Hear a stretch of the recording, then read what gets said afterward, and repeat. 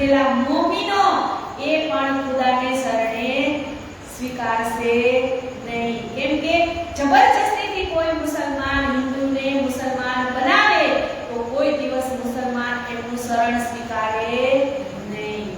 इस वास्ते यदि तुम जब कहो कबूल बुलाओ लड़ लड़ के तब समझ आती को पीछे बुद्ध माफक करियो ए और बहुत हक के मता न जानो तुम थोड़ा थोड़ा कहियो फिर लिखे कर भेजे हम के પત્રની અંદર અત્યાર સુધી શ્રીજીએ આપણને બધી જ સાક્ષીઓ આપી દીધી. તમારે કેવી રીતે રહેવાનું, કેવી રીતે વ્યવહાર કરવાનો, કેવી રીતે આચરણમાં લેવાનું એ બધું જ લખ્યું. અને હવે અત્યારે શું કીધું? ઓર બહુત કહે કે હજી લખવું તો મારે ઘણું છે. મતા ન જાનો તુમ થોડા થોડા કહ્યો ફેર લીખે કર દેજે હમ કે અત્યારે હું આટલું લખી અને તમને મોકલું છું, પણ હજી પણ હું તમને પાછું થોડું થોડું લખી અને પત્ર લખતો રહીશ.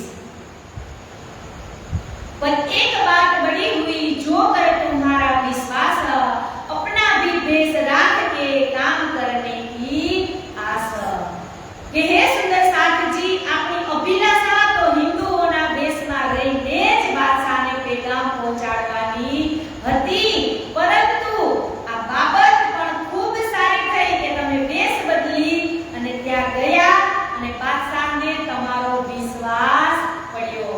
और हिंदू के भेष से होए नहीं ये काम, इन भेष सो मजलिस वर्तित न करे इस्लाम કે હિન્દુઓના દેશનો આ કાર્ય ક્યારે થવાનું ન હતું, કારણ કે બાદશાહના દરબારમાં કોઈ પણ હિન્દુ જઈ શકતો ન હતો. કેમ કે હિન્દુઓના મુખેથી કહેલા જ્ઞાન પણ એ કોઈ દિવસ સાંભળતા પણ ન હતા. પહેલા જ આશાજીને કહી દીધું હતું ને કે તમારો કલમો જે હિન્દુમાં લખેલો છે એ પણ નહીં સ્વીકાર કરે અને તમારા હિન્દુ જે વસ્ત્ર છે એને પણ બાદશાહ સ્વીકાર નહીં કરે. इस वास्ते तुम इनके होय के सेवक एक मित्र बना करो इनो से तब ये पहचानेंगे हक કે એટલા માટે તમે ત્યાં હંમેશા નમ્ર બની અને એની જ્ઞાન ચર્ચા છે એને તમે સંભળાવજો. તેથી એમની સાથે દોસ્તી કરજો અને એક રસ બનીને રહેજો અને પ્રાણનાથજીના સ્વરૂપની એમને પહેચાન કરાવજો.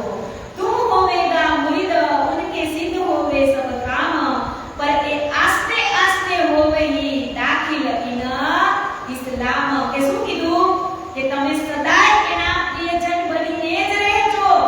તમે જે કાર્ય કરવા માટે ગયા છો એ કાર્ય સિદ્ધ થશે, પરંતુ કેવી રીતે? તો કે આસ્તે આસ્તે એટલે કે ધીમે ધીમે થશે. જ્યારે દિલમાં વિશ્વાસ બેસી જશે નિજાનંદ સંપ્રદાયનો ત્યારે તે સ્વીકાર કરશે. जब एक ही बात को कबूल करे मुख से तुम बुलायो लड़के भेलो रहियो इनमें કે તમે જ્યારે કે ઇમામ મહેંદી શ્રી પ્રાણનાથજી દ્વારા કે ચિંધેલા જ્ઞાનને સ્વીકાર કરી લેશે ને કે ત્યારે એમને એમના ભાવપૂર્વક કે બાળકોની જેમ એમને તેમને તમે એને બોલાવજો અને તમે એમની સાથે હળી મળીને રહેજો. तुम हिंदू हो के भेष से जीन करो शर्म, पहला ये तुम सिर भानिया शर्म का तुम जानत एह मरम.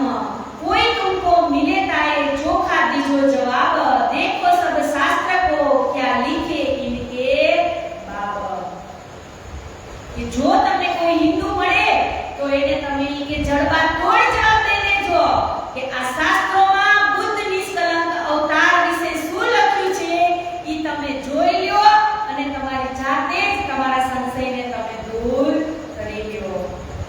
तीन कांड वेद वेदांत के वल्लभाचार्य के मत शंकराचार्य ने क्या क्या कहिया गीता में इत કે ભાઈ વેદ શાસ્ત્રોની અંદર જ્ઞાન, કર્મ અને ઉપાસના આ ત્રણેય કાંડોનું વર્ણન કરવામાં આવ્યું છે. એટલે જે વલ્લભાચાર્યના જે સિદ્ધાંતો છે એનો પણ તમે ઊંડાણથી વિચાર કરો અને શંકરાચાર્ય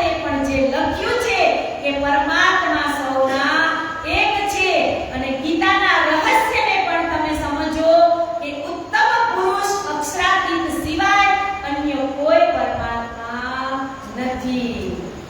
अदित पुराण भागवत में जैसा लिखा कल्लाम, तीन ऊपर तुम चलो बीन दिन इस बीच दिन इस्लाम। के તમે કહેજો કે આદિ પુરાણ અને ભાગવતમાં પણ એ જ દર્શાવ્યું છે અને તેના જ અનુસાર બુદ્ધ નિષ્કલંક અવતાર શ્રી પ્રાણનાથજી દ્વારા જે ચિંધેલી જે ધર્મ રાહ છે એના ઉપર ચાલજો। टोलो मत सबन की और सलेह सलाम, ज्यादा कम है किन की सब मिले बैठे इन नाम। नबी नारायण की सनत मारियो मोह पर, तब होवेंगे सर्विदे तुम करो चर्चायो कर। કે તેઓ દેવી અને દેવતાઓની શક્તિ અધિક કહે છે અને એને એ પણ સમજાવો કે નબી અને નારાયણની સનત સંભળાવી અને હકીકતથી તમે વાત ફેક રહેજો, કેમ કે સચોટ ચર્ચા એ હંમેશને માટે શર્મિંદાજનક હોય છે। ખોટું ક્યાં સુધી રહે? જ્યાં સુધી સત્ય બહાર આવે નહીં ત્યાં સુધી। એ તો सब में रस में लड़ते हैं अहंकार, जब फुरमान के मायने जाहिर खोले परवर निगार। कि हिंदू तथा मुसलमान વચ્ચેનો જે અલગ અલગ રીત રિવાજો છે એની માટે જ અત્યારે અથડામણો થઈ રહી છે અને એ અહંકારથી જ અત્યારે બધા લડી રહ્યા છે। પણ જ્યારે ખુદા પારબ્રહ્મ પરમાત્મા એક કુરાનના રહસ્ય ખોલશે ત્યારે જ બધાને સત્ય સમજાશે। तब सब सहीते होएंगे रहे न काहू को गुमान, जो बस बसा छाती पर करते हैं शैतान। कि ત્યારે સૌ કોઈ શર્મિંદા અનુભવશે અને સૌના દિલમાં બેસી અને શૈતાન તેઓને લડવા માટે બહકાવે છે। તે કોઈને પોતાના જ્ઞાનનું જે જૂઠું અભિમાન છે એ રહેશે નહીં। કે પકડ બેઠે અંધેર को और बढ़ता गुमान, सो सबे गल जाएंगे और मारेगा शैतान। કે પોતાના અભિમાનની અંદર જ એ ચૂર થઈ અને અજ્ઞાન રૂપી જે અંધકાર છે એને મિટાવી અને તારતમ્ય રૂપી જ્ઞાન જે મીણબત્તીની પીગળી જાય છે એમ પોતાના કઠોર હૃદયને પીગળાવી અને તારતમ્યની અંદર જે જ્ઞાન લખેલા છે એના રહસ્યોને समझसे। तब सिर नीचा करके आवेंगे भेड़ो नाथ, सब सद समान होते हैं पर इन उल्टी ग्रही सब बात। કે ત્યારે પોતપોતાના અભિમાનને ત્યાગી અને શું કીધું? આવે તે ભેડો ન્યાત। ભેડો એટલે કે બકરા, ઘેટા બકરાનું ટોળું હોય કેવું જોવે? હંમેશને માટે નીચું। એટલે જ્યારે એમને પોતપોતાના અભિમાનનો ત્યાગ કરશે ત્યારે ઘેટાની જેમ નીચું માથું કરી અને તારતમ્ય જ્ઞાનની છત્ર છાયામાં આવશે અને સૌ ભૂમિનો એકત્રિત થઈ રહ્યા છે એ પણ એ લોકો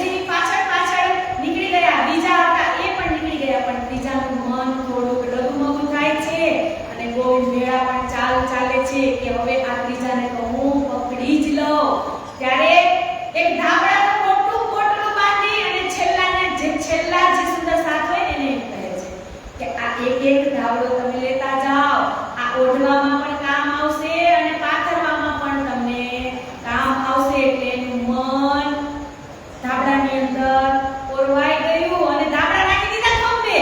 તો પછી હવે કોને દેખવા માંડે? ગોવિંદ ભેડાને પણ જેટલી પણ રાડ પાડે છે કે શ્રીજી બચાવો, શ્રીજી બચાવો, પણ પછી કાંઈ થાય નહીં. એટલે આ માયા નગરીની અંદર આપણે પણ લુપ્ત ન થઈ જાય એટલા માટે જ અહીંયા ગોવિંદ ભેડાનું ઉદાહરણ આપવામાં આવ્યું છે કે આ માયાની નગરી એવી છે કે તમે એકને છોડશો તો તમને બીજું પકડશે, બીજાને છોડશો તો તમને ત્રીજું પકડશે, અને જો તમે એને નખ આપશો તો એ આખો હાથ તમારો પકડી લેશે. तुम साथी सिरो मन एक दूजे थे सिरदार, गोविंद भेड़ा तुम्हें क्या करे, हक के पहले किए खबरदार. के मारा साथियों, आप साथ सौ शिरोमणि एक बीजाना सिरदार છો, તો આ પ્રેત નગરી સમાન આ માયા રૂપી સંસાર તમારું કાંઈ પણ બગાડી શકશે નહીં. પણ ક્યારે? તો કે ધામ ધણીએ આપેલા વચનો જો તમે તમારી જાગૃત બુદ્ધિની અંદર એની પહેચાન કરી લેશો ત્યારે. બાકી તો આપણે પણ માયા નડી જ જશે. એટલે કે છે કે ધણીજીના ચરણોને પકડો, ગોવિંદ ભેડાની બજારમાં નજર નાખવાની નથી. अब तुम तो जाने बार हो और भागे तुम सो, सो सब ही आन मिलते सब एक होवे तुम में.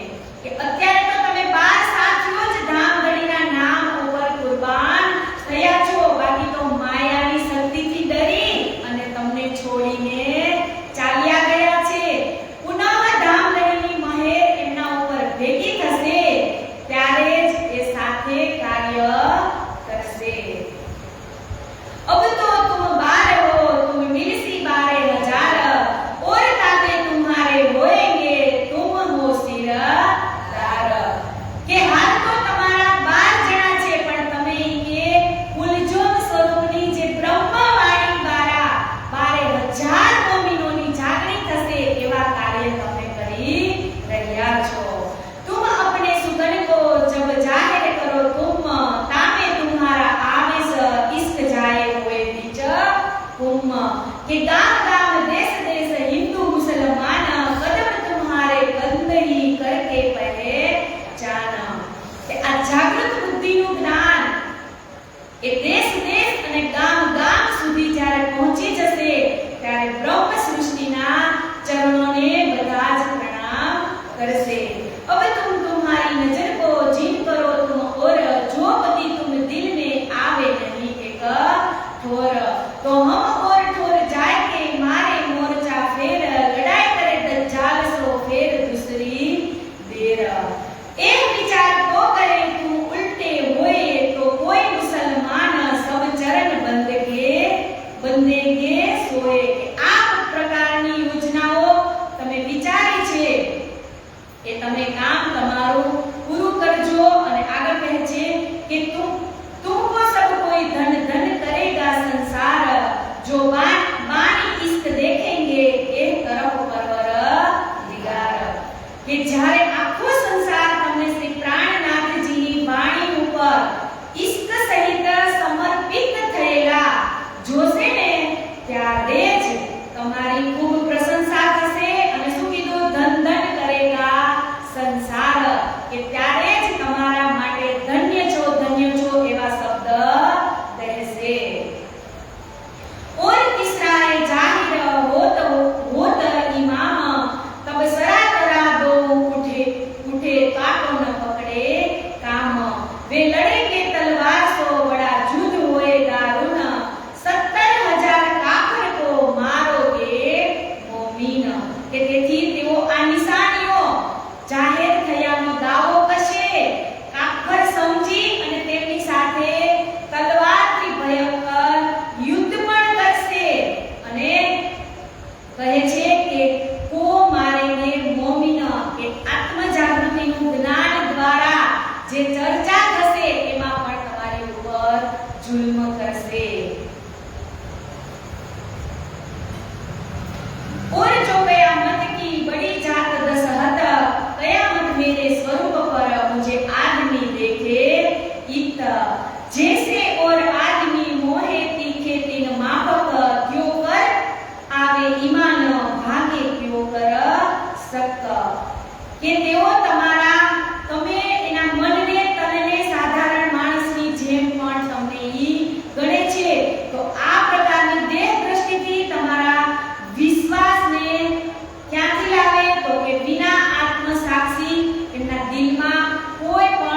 सही रहसे नहीं।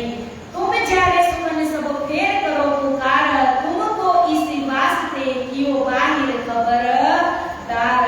सब तुम चिन्हे छिपे ना रहे, बड़े उमरा होवे आधीन, सो तुम सो तालीम लेंगी जिन चिंता करो बीच दिन। आ तारतम वाणीना प्रकाश युक्त एवा તમે સૌ હવે દુનિયાથી છુપા રહી શકશો નહીં, કેમ કે મોટા મોટા ઉમરાઓ મુલ્લા કાજી અને ગાદીપતિ આચાર્યો તમારી પાસેથી આ વાણી સાંભળી અને તમારી આગળ ઝૂકી જશે, કેમ કે હવે તમે મોટામાં મોટી કોની સાથે લડત કરી છે તો કે બાદશાહ સાથે। તો બાદશાહને તો બધા જ જે નીચેના છે એ તમને ઝૂકી ઝૂકી અને પ્રણામ કરશે। जैसे काम पर गए सो तैसी दिखायो बल, ना तो सत आवेगा इनको वही राखियो कल। मैं तुम्हारे सिर पर खड़ा होए एक पाए, और दिन हिंदुवन की नीके राखियो बनाए। केसरी जी कहे छे કે હું તમારી ઉપર નજર રાખી અને એક પગે સાવધાન થઈને ઊભો છું। જો तुम्हारे बल सो तो मेरा जोरा होए, और बल मेरे से के तुमको माने सोए। सब भला होएगा तुम जिन हो धीर, जो मोर्चा तुम लिया सो कहे दिया कर धीर। कि आप कोई पण રીતે દુખી થઈને નિરાશ થતા નહીં। શ્રી રાજજી મહારાજની કૃપાથી સૌ સારાવાના થઈ જશે। जरा तुम मन में दगदगा लियाओ जीन, ए लड़ाई है बचनों की सो करनी ले आकीन। आकीन એટલે કે વિશ્વાસ અને દગદગા એટલે કે શંકા, કે તમારા મનમાં બિલકુલ પણ શક કે વહેમ આવવા દેતા નહીં। આ સંઘર્ષ જે તારતમ વાણીના જ્ઞાનના શબ્દો દ્વારા થનાર છે એમાં તમે દ્રઢ વિશ્વાસ રાખી અને કાર્યની અંદર અડગ રહેજો। सब वस्त्र प्रकाश ही अपने ही बल से, पर एक बात जो ना होते सीता भी से, माया छल रूप है ताको छलकी से जिताए। माया छल रूप है ताको छलकी से जिताए, आगे भगवान के बल बहुत कहलाए। કે આ માયા છે એ છળ કપટથી જ ભરેલી છે, કે જે છળની બાજી છે એને છળથી જ જીતી શકાય છે। આ પહેલા અહીં વિષ્ણુ ભગવાનની મોટી મોટી શક્તિવાળા જેવા કે રામ, કૃષ્ણ અને મહાપુરુષો પણ આવી ગયા છે। એટલે કહે છે તો भी असुरन सो जीते हैं छल से, भरजी व्यास जो युद्ध किया सो तुम जानत हो दिल में। કે જ્યારે પણ કોઈ પંડિત સાથે શાસ્ત્રાર્થ કરવાનો હોય એટલે આપણે હંમેશા એની સામે નાનું બની જવાનું। અહીંયા શ્રીજી હું લખે છે કે હરજી વ્યાસ કો યુદ્ધ કિયા, કે જેવી રીતે હું હરજીદાસના ચરણોની અંદર સમર્પિત થઈ અને પહેલા એની વાત મેં સાંભળી હતી એમ તમે પણ સાંભળજો। અને પછી હવે આગળ કહે છે કે એક વચન હરજી કહે મેં 10 बेर लागो चरण, जब लाग आयो तब उठाए दियो मरण। કે પેલા એની વાતને બરાબર સાંભળવાની અને પછી જેવો જ દાવ એટલે કે જેવો જ મોકો મળે એટલે એને મારી નાખવાનો। શ્રીજી આવું પણ સુંદર સાથને સમજાવે છે। તબ ફેર તીર से पकड़े मेरे कदम, तीत वास्ते तुम बार हो, सब सरे सोप्या तुम। जैसा बाजे बजे तैसे ही कीजे निरत, पर पड़ी यह बात है हिल मिल एक रस होना इत। કે જેવી પરિસ્થિતિ હોય એવી પરિસ્થિતિને અનુરૂપ થઈને તમે રહેજો। કે જેવા બાજે બાજા એટલે કે જેવું ગીત વાગતું હોય એવું જ નૃત્ય કરવાનું। કે તમે જેના ગાડા ઉપર બેસો છો એના જ તમારે ગુણ ગાવાના। પીછે तुमको सब आप ही खुल जाए, आस्ते आस्ते होएगा आप ही हक बताए। કે જેમ જેમ સમય જશે તેમ તેમ શ્રી રાજજી મહારાજની તાતમની વાણીની જે શક્તિ છે એ એમને આપોઆપ ખુલી જશે। પરંતુ ક્યારે તો કે ધીમે ધીમે કાર્ય કરવાનું। જો